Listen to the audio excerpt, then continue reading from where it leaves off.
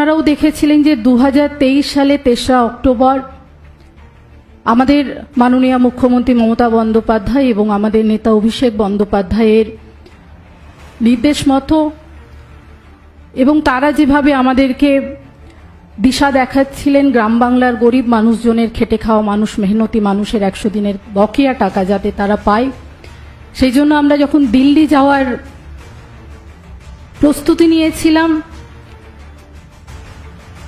ট্রেনের টিকিটের জন্য যে টাকা পয়সা আমরা দিয়েছিলাম, শেষ মুহূর্তে, একদম শেষ মুহূর্তে সেই ট্রেন পর্যন্ত ক্যান্সেল করে দেওয়া হলো। এবং যারা কেন্দ্রে বসে আছে তারা ভুলে গিয়েছিল যে বাংলার মানুষেরা ট্রেন বন্ধ করে দিতে পারেন, আপনারা বাস বন্ধ করে দিতে পারেন, সবকিছু বন্ধ করে দিতে পারেন, কিন্তু বাংলার মানুষেরা হেঁটেও দিল্লি যাবেন। এবং সেদিন প্রমাণ করেছিল ট্রেন বন্ধ করে দেওয়ার পরেও এত কষ্ট করে এত লম্বা একটা রাস্তা বাংলার সেই মেহনতি মানুষগুলো কিন্তু দিল্লি পর্যন্ত পৌঁছে গিয়েছিল।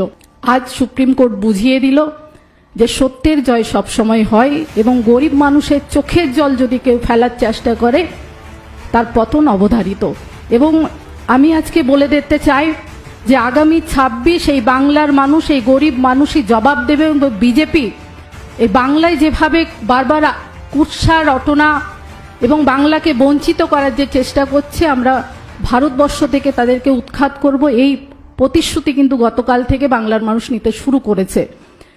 কারণ গরিব মানুষের 100 দিনে দিল্লির বাবুরা বুঝতে পারবে না, এসিতে বসে থাকা, বারবার এসির ঘরে বসে থাকা, গাড়িতে ঘোরা সেই মানুষজন বুঝতে পারবে না। তাদেরকে আহ্বান করব, আসুন 100 দিনের যে মানুষটা মাথায় ঝোড়া নিয়ে মাটি কাটতে যায় তার সাথে কাজ করে আপনি দেখুন, তবেই তার কষ্টটা বুঝতে পারবেন, মুখে ভাষণ দিয়ে হবে না।